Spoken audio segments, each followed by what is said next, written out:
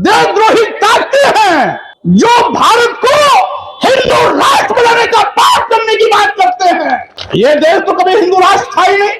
अपने विवादित बयानों और बदजुबानी के लिए अक्सर चर्चाओं में रहने वाले सपा नेता स्वामी प्रसाद मौर्य ने हिंदू धर्म को लेकर एक बार फिर विवादित टिप्पणी कर दी है। स्वामी प्रसाद मौर्य इससे पहले भी हिंदू धर्म और हिंदू ग्रंथ रामचरितमानस पर विवादित बयान देकर हिंदूवादी संगठनों के निशाने पर आ चुके हैं। स्वामी प्रसाद मौर्य की बदजुबानी का खामियाजा गाहे बगाहे समाजवादी पार्टी को भी भुगतना पड़ता है। अपने बयानों से चुनावी साल में सपा के लिए मुश्किलें खड़ी कर रहे स्वामी प्रसाद मौर्य के उल जलूल बयानों से पार्टी नेता कई बार असहज भी हो चुके हैं। खुद सपा मुखिया अखिलेश यादव ने भी स्वामी के बयानों को उनकी निजी राय बताकर उनसे पल्ला झाड़ लिया था। यही नहीं, समाजवादी पार्टी के वरिष्ठ नेता भी स्वामी प्रसाद को बड़बोली जुबान के लिए नसीहत दे चुके हैं। बावजूद इसके मौर्य के तेवरों में कोई कमी देखने को नहीं मिल रही है। इससे पहले स्वामी के रामचरितमानस की एक चौपाई को लेकर दिए गए विवादित बयान के चलते समाजवादी पार्टी को भी आलोचनाओं का शिकार होना पड़ा था। एक सार्वजनिक कार्यक्रम में स्वामी प्रसाद मौर्य ने धर्म की परिभाषा समझाते हुए फिर लाइन से हटकर बातें कह डाली हैं, जिन्हें लेकर एक बार फिर स्वामी मुश्किलों में घिरते दिखाई दे रहे हैं। स्वामी प्रसाद मौर्य ने अब कहा है कि मारने पीटने और प्रताड़ित करने की बात करने वाला धर्म नहीं हो सकता है, वह अधर्म है। उन्होंने ब्राह्मणों पर भी निशाना साधते हुए कई आपत्तिजनक बातें कही हैं। मौर्य ने कहा कि शूद्र को गुलामी करनी ही पड़ती है, चाहे वह मजबूरी में करे या फिर छद्म दाम लेकर करे। मौर्य के इस बयान को लेकर अब सोशल मीडिया पर तीखी बहस छिड़ गई है। उधर अयोध्या के पीठाधीश्वर परमहंसाचार्य पर भी स्वामी प्रसाद मौर्य ने पलटवार करते हुए निशाना साधा है। गौरतलब है कि परमहंसाचार्य ने स्वामी प्रसाद मौर्य की हत्या करने वाले को 25 करोड़ रुपए का इनाम देने का ऐलान कर दिया था, जिसके बाद सियासत में परमहंसाचार्य के बयान पर बहस छिड़ गई थी। इसी मामले को लेकर अब स्वामी प्रसाद मौर्य ने अब कहा है कि किसी को गोली मारने के लिए 25 करोड़ की घोषणा करना, जीभ आंख कान काटने की सुपारी देना किसी साधु संत का चरित्र नहीं हो सकता। ये कुख्यात आपराधिक चरित्र के लोग हैं जो साधु संत के भेष में खुद को छिपाए हैं। आगे स्वामी प्रसाद मौर्य ने कहा, अपने आप को पीठाधीश्वर कहने वाले लोग अपनी असली चेहरे जनता के बीच ला रहे हैं। साधु संत और धर्माचार्यों के भेष में ये नरपिशाच हैं, आतंकवादी हैं और अपराधी हैं, जिनका आपराधिक चरित्र एक एक कर जग जाहिर हो रहा है। ये धर्माचार्य का गुण नहीं है। स्वामी ने कहा कि इस प्रकार के बोल बोलने वालों के खिलाफ पुलिस गूंगी बहरी अंधी बनकर तमाशा देख रही है। ये योगी राज का जंगल राज है। क्योंकि उत्तर प्रदेश में बाबा की सरकार है तो बाबाओं की बल्ले बल्ले है, इसीलिए बाबाओं के भेष में आपराधिक चरित्र के बाबाओं का हौसला बढ़ा है। वे जानते हैं कि योगी राज में उनका कोई भी बाल बाका नहीं कर सकता है। यही कारण है कि मुझे गोली मारने वाले को 25 करोड़ की सुपारी का फरमान दिया गया है। साधु संतों को ऐसे बाबाओं को अपने अखाड़े से बाहर कर देना चाहिए। जब भारतीय संविधान हमें विज्ञान के साथ, वैज्ञानिक सोच के साथ खड़े होने की बात करता है, भारतीय संविधान के अनुच्छेद 51G के तहत हमें इस बात का निर्देश देता है कि लोगों को ढोंग ढकोसले पाखंड अंधकार से निकालकर वैज्ञानिक सोच के साथ समाज को खड़ा करने की आवश्यकता है। अगर समाज को वैज्ञानिक सोच के साथ खड़ा करने की आवश्यकता है और हम इस बात को कहते हैं कि संविधान के अनुच्छेद 51G के तहत हमें ढोंग ढकोसले पाखंड से दूर होकर वैज्ञानिक सोच के साथ आगे बढ़ना है, तो धर्म के नाम पर दुकान चलाने वाले लोगों के पेट में दर्द होता है।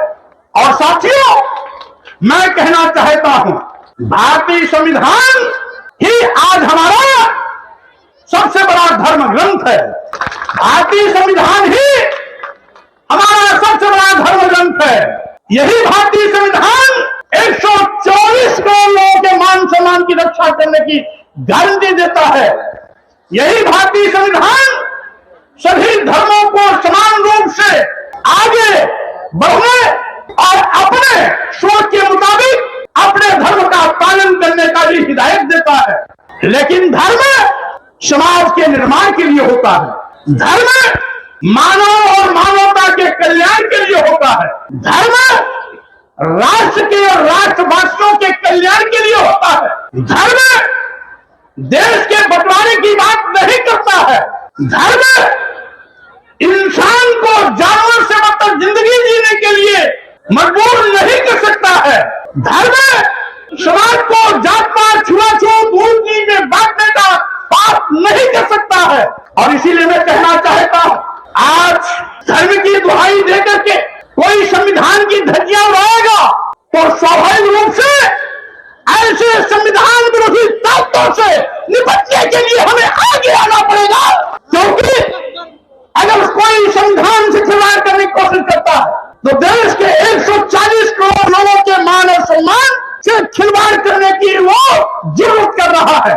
इसीलिए आज हमें कहना चाहते हैं, हम तो वही बात करते हैं जो भारतीय संविधान हमें इंगित करता है, जो भारतीय संविधान हमें निर्देशित करता है। लेकिन अपने को धर्म का ठेकेदार कहने वाले लोग आज देश को बांटने की कोशिश में लगे हुए हैं। जब भारतीय संविधान हमारे देश को संप्रभु राष्ट्र भारत के रूप में मान्यता दिया है, हमारा भारत राष्ट्र एक संप्रभु राष्ट्र है, तो वो कौन से देशद्रोही ताकतें हैं जो भारत को हिंदू राष्ट्र बनाने का पाप करने की बात करते हैं? ये देश तो कभी हिंदू राष्ट्र था ही नहीं। यह कभी वैदिक युग था, कभी जैन धर्म था, कई हजार साल तक बौद्ध धर्म भी था और उसके बाद ब्राह्मण धर्म भी था, लेकिन हिंदू धर्म तो कभी था ही। जब हिंदू धर्म कभी नहीं था तो हिंदू राष्ट्र कैसे हो सकता है? और जब भारत राष्ट्र बन गया है तो भारत राष्ट्र में हिंदू राष्ट्र कैसे बन सकता है? और मैं कहना चाहता हूं साथियों, यही हिंदू महासभा के लोगों ने 1923 में देश के बंटवारे की बात उठाई थी।